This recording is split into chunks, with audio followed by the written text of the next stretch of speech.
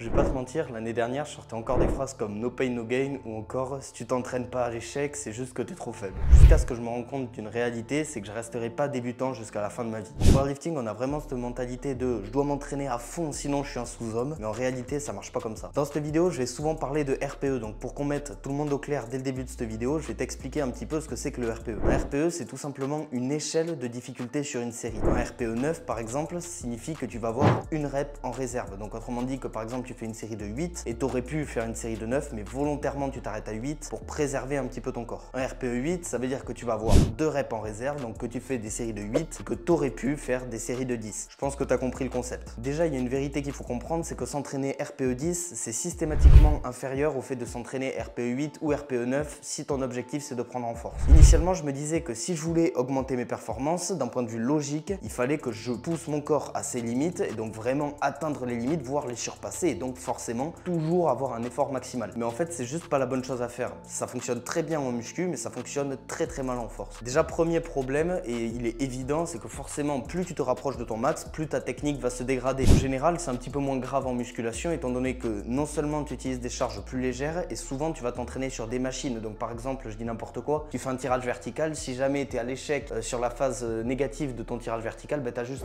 laissé la barre repartir et tu risques pas de blessure, t'as pas de danger ou quoi que ce soit. Par contre, si tu fais certains mouvements comme le squat ou le bench par exemple, ça devient beaucoup plus dangereux de louper une barre. Pourquoi? Parce que forcément tu es sous la barre, donc forcément il y a beaucoup plus de risques. Si je te dis ça aujourd'hui, c'est parce qu'il n'y a pas si longtemps que ça, j'ai raté une barre de squat à l'entraînement et j'ai dû laisser passer la barre au-dessus de ma tête. Crois-moi, mes cervicales s'en rappellent encore. Si tu as envie d'en apprendre davantage sur le sujet de la force, je t'invite à t'abonner et à activer la cloche pour être notifié dès que je sors une nouvelle vidéo. Il y a aussi la composante bon sens qui rentre en jeu, où forcément si tu t'entraînes systématiquement à l'échec RPE 10, ça va devenir très compliqué pour toi de limiter les blessures, tout simplement parce que ton corps va être HS en permanence, et dans un second temps de conserver une bonne technique. C'est très important en force de conserver une bonne technique et de l'améliorer au fur et à mesure vis-à-vis de ta génétique, étant donné que c'est un des facteurs principaux qui va faire que tu vas progresser tout simplement. Maintenant, je sais que tu vas me dire ouais mais regarde, ce powerlifter il s'entraîne toujours à fond, etc. Première chose à comprendre, c'est que tout le monde ne poste pas toutes ses séries sur les réseaux. Ce qui te montre, c'est très probablement les séries où il est le plus fort, et ça veut pas dire que ça reflète l'intégralité de son entraînement. Deuxièmement, s'il s'entraîne réellement à l'échec à chaque fois, c'est pas un bon modèle, tout simplement parce que objectivement c'est stupide, et si tu étudies un petit peu les meilleurs powerlifters de tous les temps, aucun powerlifter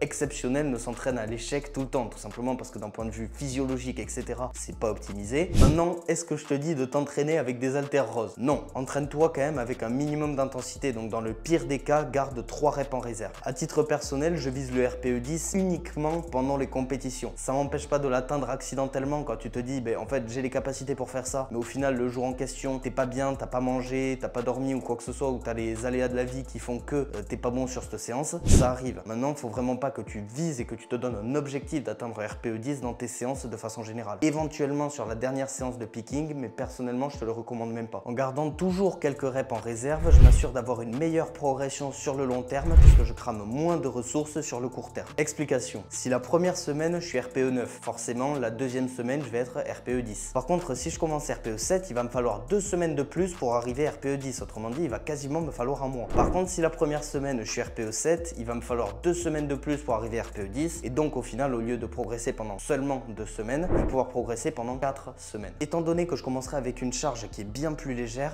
oui effectivement de ton point de vue tu te dis ouais mais c'est pas lourd, du coup ça me challenge pas et ça t'aide pas, mais c'est complètement faux. Cette façon de progresser elle est très intéressante parce que ok tu commences avec une intensité un petit peu minime, maintenant c'est intéressant parce que non seulement tu peux commencer avec une technique efficace, en plus de ça tu peux la conserver au fur et à mesure plutôt qu'à l'inverse, commencer directement avec un effort très haut et directement avoir des problèmes techniques. Si tu commences direct avec des problèmes techniques, tu vas consolider ta technique sur des problèmes techniques et donc tu vas faire que les problèmes seront encore plus accentués et tu auras encore plus de problèmes le jour où tu vas arriver sur tes max. Donc c'est beaucoup plus intéressant de commencer vraiment avec des charges légères avec une bonne technique plutôt que de commencer directement très lourd avec une technique qui est pas bonne. Ce qui est à prendre en compte aussi, c'est l'effet cumulé. Forcément, si tu t'entraînes pendant 2 semaines, ok c'est intéressant, tu vas pouvoir travailler un petit peu ta technique. Si tu t'entraînes pendant 4 semaines, tu vas pouvoir travailler 2 fois plus ta technique puisque tu as 2 fois plus de séances, 2 fois plus de répétitions et 2 fois plus de séries. On reprend avec l'aspect mental. Si tu rajoutes systématiquement de semaine en semaine du poids sur la barre, tu vas te sentir beaucoup mieux étant donné que tu auras l'habitude de faire mieux systématiquement. Donc mentalement, ça va te conditionner. Ok, cette semaine j'ai fait 180, la semaine pro je vais faire 185, ensuite je vais faire 190 et quand tu accumules toutes ces victoires entre guillemets, ça te construit vraiment cette confiance et tu seras beaucoup plus confiant forcément sous les barres. Par contre, va pas faire une progression non plus sur 10 semaines, ça a plus aucun sens. Comme je te l'ai dit tout à l'heure, dans tous les cas, t'es pas censé en arriver à ce niveau-là étant donné que tu es censé te limiter au minimum à du RPE 6, RPE 7. Aller en dessous, ça sert absolument à rien. Donc forcément, si tu réfléchis intelligemment, RPE 7 première semaine, RPE 8 deuxième semaine, RPE 9 troisième semaine, etc. etc. Donc dans le pire des cas, si tu es entre 7 et 10, le maximum de temps que ça peut te prendre, c'est un mois. Ce que je viens de te dire par rapport à cette histoire de progression, évidemment, c'est qu'un exemple. Tu n'es pas obligé de progresser une seule fois par semaine. Tu peux par exemple progresser 2 fois par semaine. Tu peux faire un 3x5 lundi et un 3x5 jeudi sur le même mouvement. Du coup, tu peux l'augmenter 4 fois en 2 semaines par exemple. Ça te permet de progresser entre guillemets 2 fois plus vite. Mais va pas te dire que c'est un cheat code étant donné que ça fonctionne pas comme ça. C'est pas genre juste j'augmente le nombre de séances et ça marche, parce que forcément après tu as également des problèmes de récupération. Donc forcément, si tu t'entraînes 2 fois par semaine sur exactement le même format de progression et qu'à chaque fois que tu montes, tu te doutes bien que la fatigue aussi va monter 2 fois plus vite. Et donc peut-être que tu vas devoir deload avant ce que tu avais prévu. Ce qu'il faut retirer, c'est que si tu veux prendre en force, cette progression elle est nécessaire. Maintenant l'idée c'est pas forcément de s'entraîner en permanence au maximum, étant donné que si tu commences au maximum, tu n'auras nulle part où aller étant donné que tu es déjà au maximum. J'espère que ce que j'ai dit c'était assez clair. Si tu as la moindre question, pose-la en commentaire. Tout ce qu'on a vu jusqu'à maintenant, c'est pas la raison principale pour laquelle tu veux éviter d'aller à l'échec. Tu veux surtout éviter l'échec parce que ça augmente drastiquement ta fatigue. Alors pas ta fatigue en mode oh non j'ai envie d'aller dormir, non, la fatigue de ton corps et de ton système nerveux. Parce que si jamais tu le savais pas, la chose la plus importante en force c'est ton système nerveux. Concrètement, c'est ce qui va donner le signal à tes muscles pour se contracter. Tu peux être le mec le plus musclé du monde, mais si ton système nerveux il est pas adapté, tu vas absolument rien pouvoir faire. Tu vois, c'est comme si tu as la télé incurvée 4K, t'as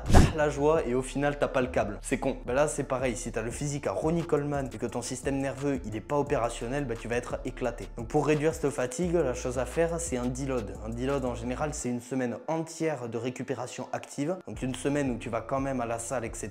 Juste tu t'entraînes avec des RPE qui sont extrêmement faibles. Donc là pour le coup on peut parler de RPE 2, RPE 3, RPE 4 où tu as 5, 6, 7, 8 reps en réserve, on s'en fout. L'idée en fait c'est juste de pratiquer le mouvement pour pas le perdre, mais vraiment de faire un minimum de volume et d'intensité pour laisser ton corps et ton système nerveux se reposer. Like si tu as aimé la vidéo.